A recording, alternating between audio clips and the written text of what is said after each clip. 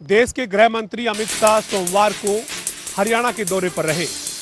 अमित शाह ने अग्रवा medical college में पहुंचकर महाराजा अग्रसेन की प्रतिमा का लोकार्पण किया। इसके साथ ही अमित शाह ने नवनिर्मित आईसीयू का लोकार्पण किया और मेडिकल कॉलेज में बनने वाले नए छात्रावास का शिलान्यास किया।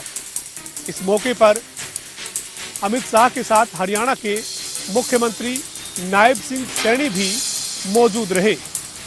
कार्यक्रम में अपने संबोधन के दौरान देश के गृह मंत्री अमित शाह ने हरियाणा के मुख्यमंत्री नायब सिंह सैनी की फिर एक बार पीठ थपथपाई। अमित शाह ने कहा कि हरियाणा के मुख्यमंत्री नायब सिंह सैनी ने प्रदेश का बजट 2 लाख करोड़ से भी ज्यादा का कर दिया है। अमित शाह ने कहा कि हरियाणा सरकार लगातार मेडिकल सुविधाओं को बेहतर करने के लिए काम कर रही है। उन्होंने कहा कि इसी तरीके से केंद्र सरकार ने पिछले 10 साल में देश में बेहतर स्वास्थ्य सेवाओं के लिए कई कदम उठाए हैं। इस कार्यक्रम में हरियाणा के मुख्यमंत्री नायब सिंह सैनी ने कहा कि प्रदेश में केंद्र सरकार के सहयोग से स्वास्थ्य सेवाओं के लिए सरकार लगातार काम कर रही है। नायब सिंह सैनी ने कहा कि हरियाणा में नए 9 मेडिकल कॉलेज खोले गए हैं और प्रदेश में एमबीबीएस की सीटों को भी बढ़ाया गया है। देश के गृह मंत्री अमित शाह आज हिसार के अग्रवा पहुंचे थे।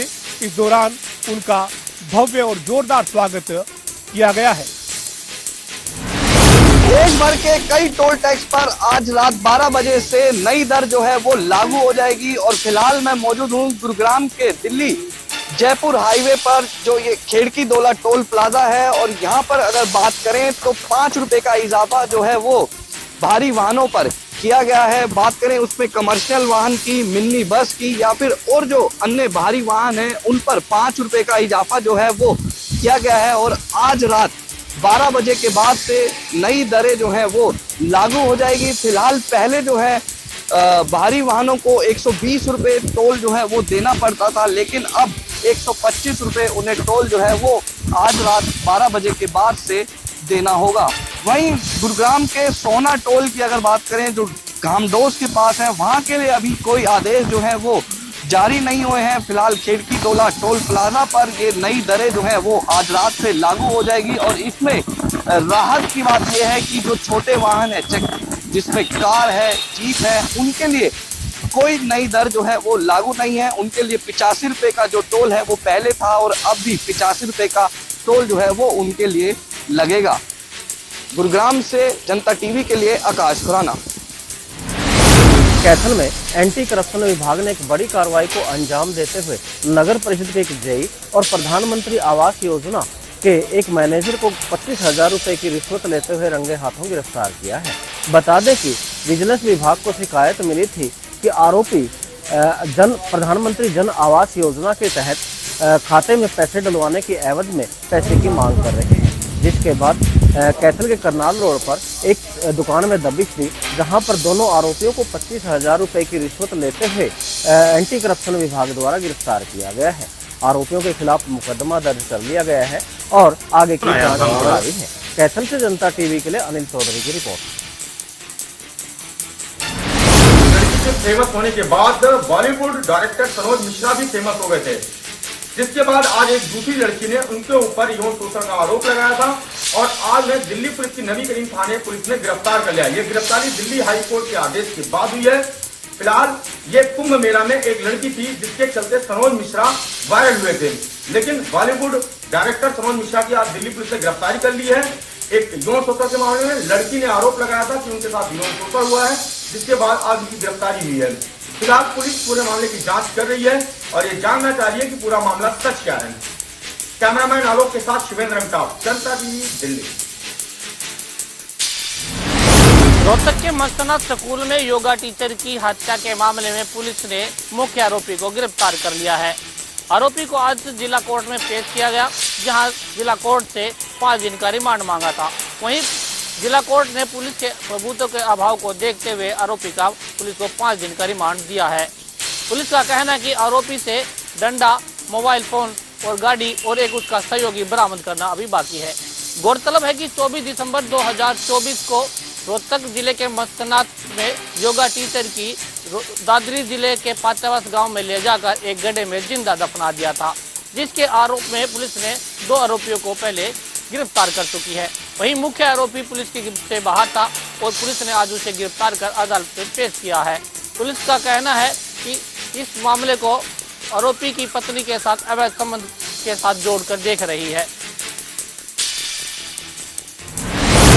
जींद जिला प्रशासन ने रबी की फसलों को खरीदने के लिए पूरी तैयारी कर दी है और जानकारी के मुताबिक बता दें कि पूरे हरियाणा में 1 अप्रैल से रबी की फसलों की खरीदारी शुरू हो जाएगी।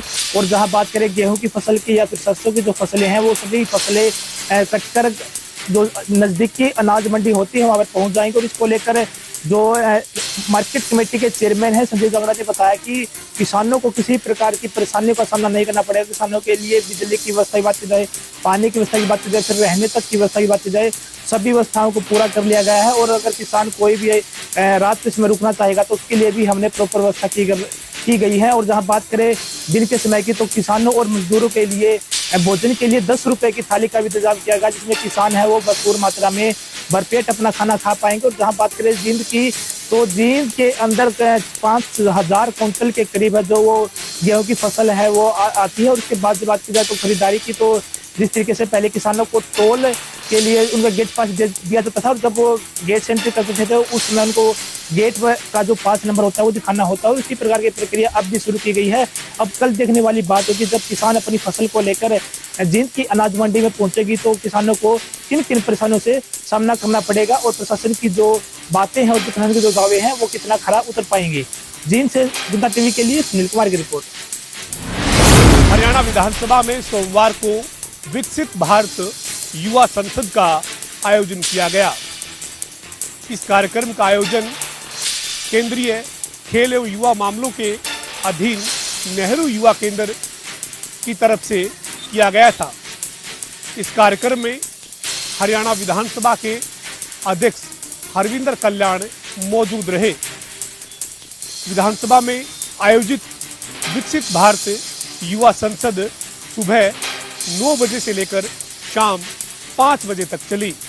इस संसद में युवाओं ने देश के निर्माण के लिए किस तरीके से वो अग्रणी भूमिका निभा सकते हैं इसके ऊपर अपनी बात रखी।